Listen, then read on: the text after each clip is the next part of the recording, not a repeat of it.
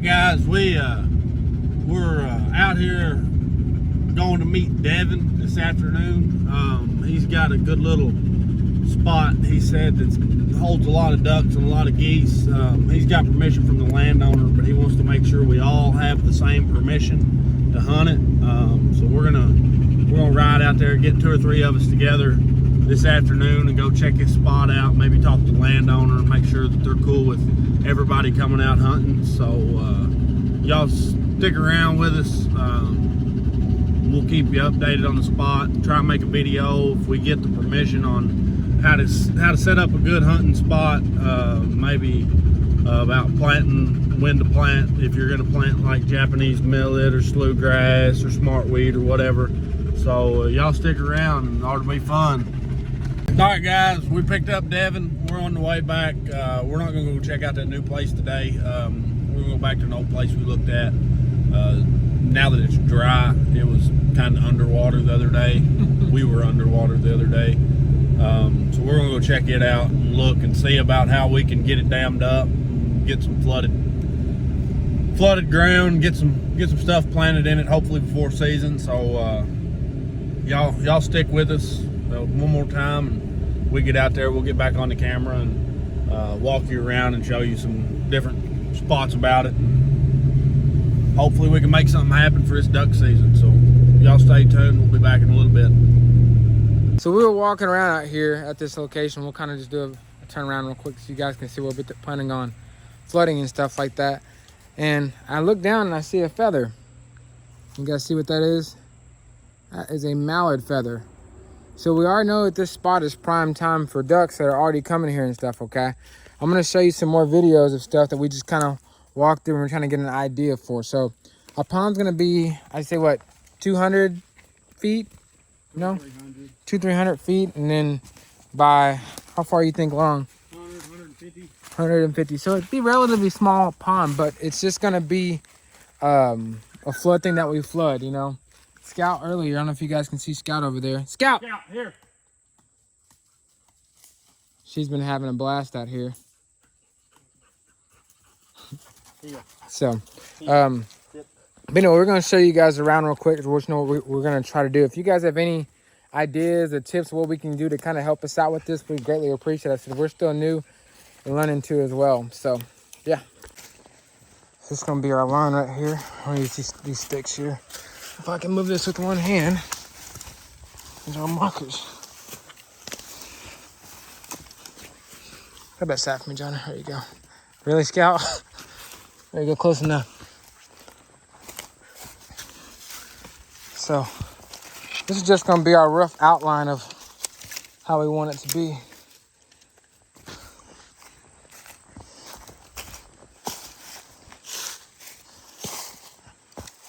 As our stick falls down. Find any more good sticks. That's a good one, but I don't feel like picking that up. I'm lazy today.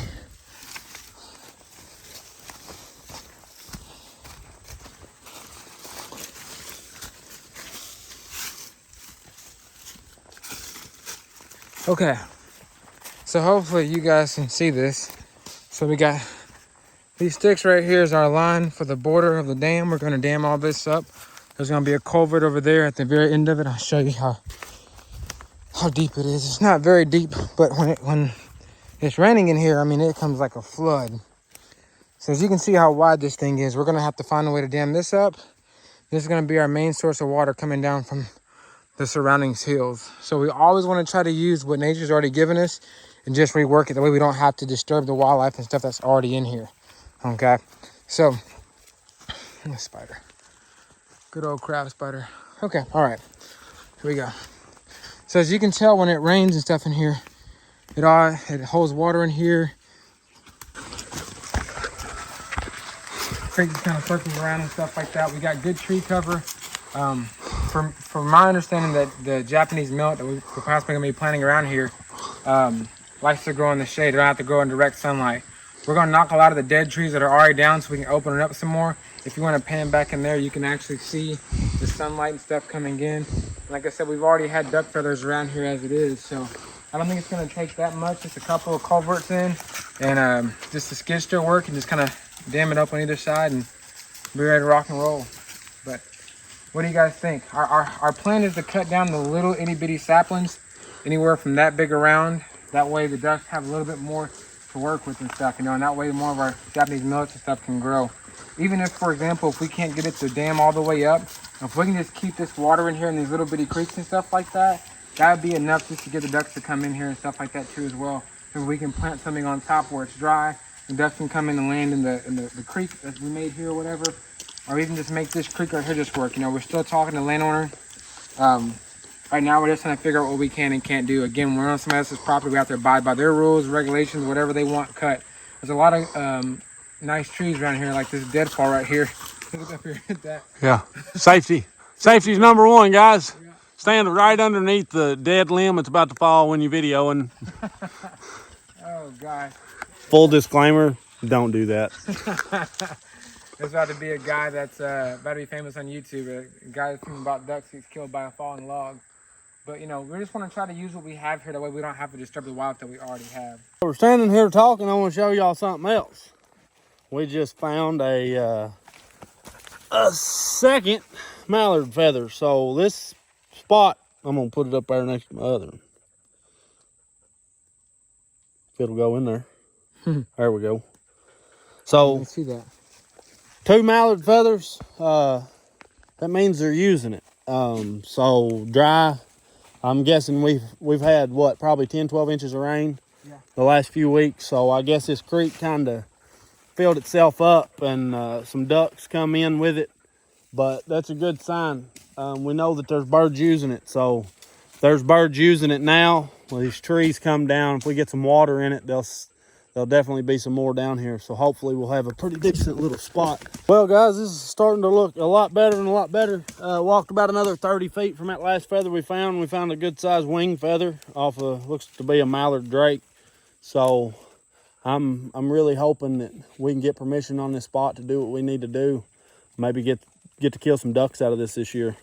All right, guys, so for option 2, we wanted to be able to flood this big old field here, but we don't think that's not going to happen simply because of the fact of getting permission from a landowner to flood, you know, a 200 by 200 feet of land of theirs. They're probably not going to go over well. But again, like I said earlier, use what's already been here. So there's already a creek here. We'll show you in just a second where this creek's here, and it's constantly having water in it. It's constantly moving water. It may not be a lot of water, but it's moving a little bit of water. Our plan here is to dam up this creek right here and put a culvert here on this side right here. I'll go down the creek so you guys can see it. You gonna come down, Scout? Come on down here with me. Come on, good girl. So, it's already about 3 feet deep here. Well, this side of the brim is. But what we're gonna do is we're gonna dam this up right here. Okay.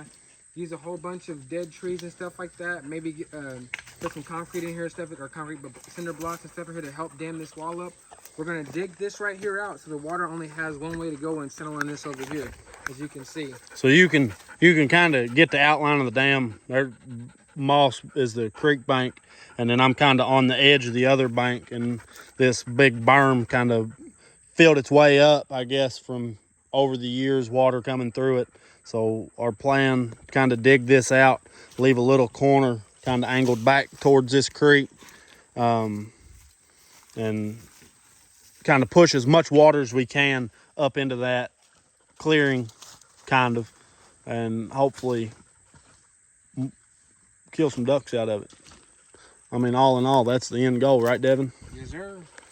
As you can, I mean, this is a mock of what we're gonna do, but we're gonna backfill with dirt in here, rock, everything we can from this area vicinity, trees, everything we can.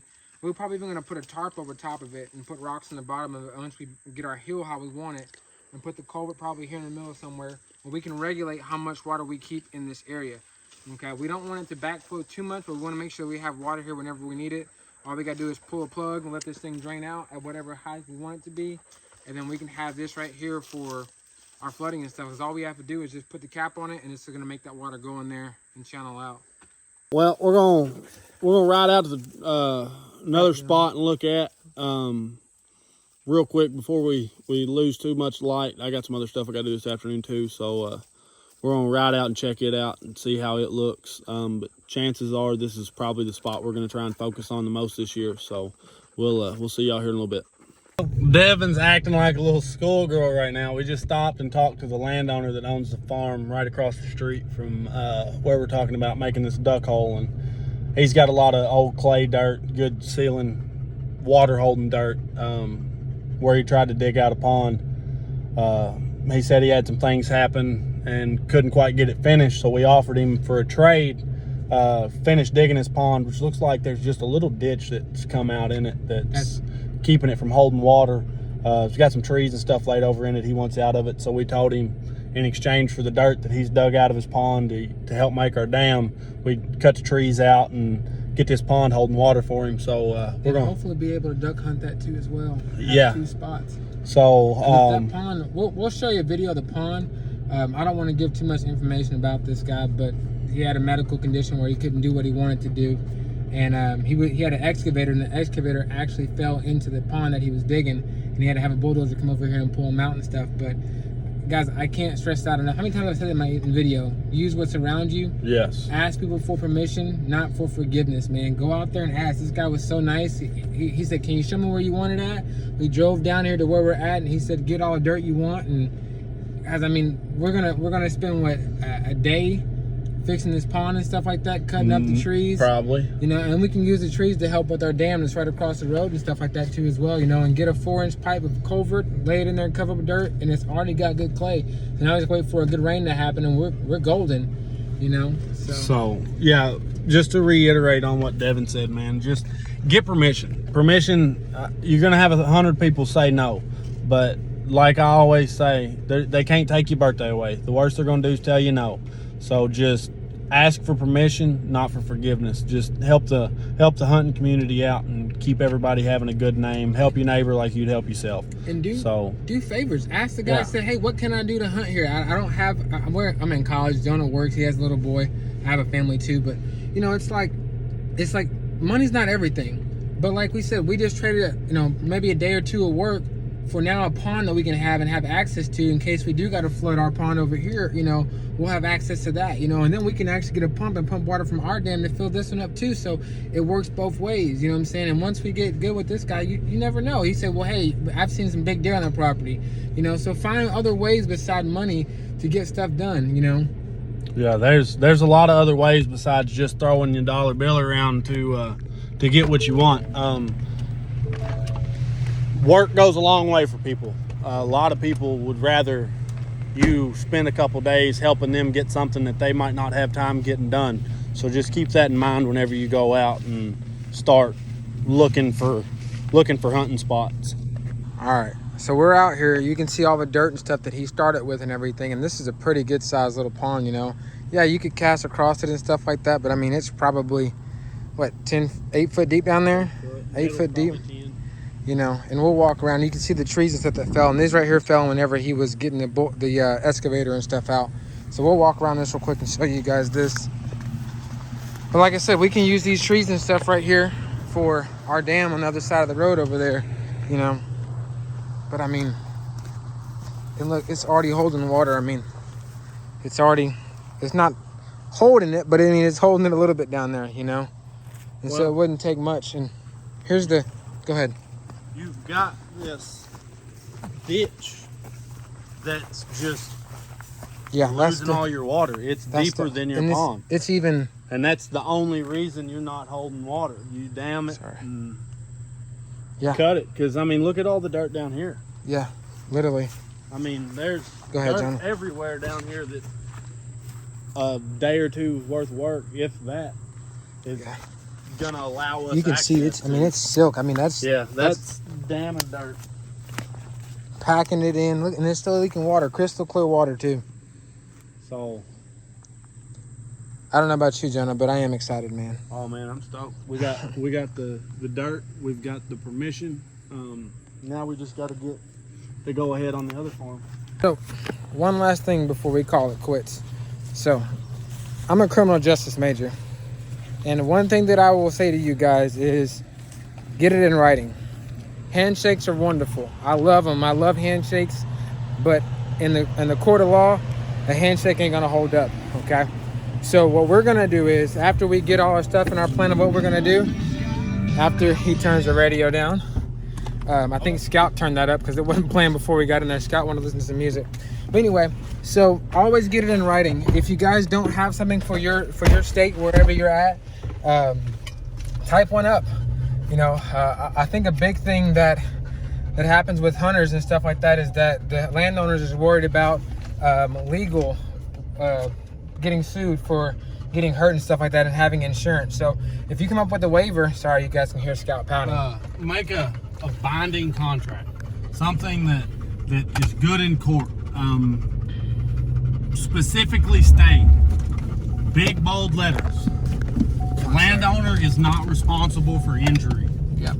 That really helps push people over the edge that normally wouldn't go there, because a lot of people, like Devin said, are worried about getting sued. What happens if you get hurt on my property? But if you put in a binding contract, landowner is not responsible for injury, then they're free and clear. Because if somebody does try to do something, all they have to do is say, look, this piece of paper has been notarized and signed that I am not responsible for any injury that occurred on my property. Yep. And that relieves a lot of pressure off of landowners. Yeah. And ask the landowners, excuse me, what you want, what you can and can't do. Some landowners don't want you burning stuff on their property. They're afraid you'll burn the forest down or whatever. People don't want you cutting down trees. So ask the landowner before you go out there, and again, ask for permission before you ask for forgiveness. So always ask to make sure it's okay before you do stuff, you know. See that? Oh, there's a deer in the road. Yep, that's how focused we are. Deer. So thank you guys for tuning in. We'll let you know more input and whenever we get this stuff done. And hopefully we get this duck. Sorry, it's all shaky. We're driving in the back road. Hopefully we get this stuff done and you guys can see the finished product of it before the season starts. You guys take care.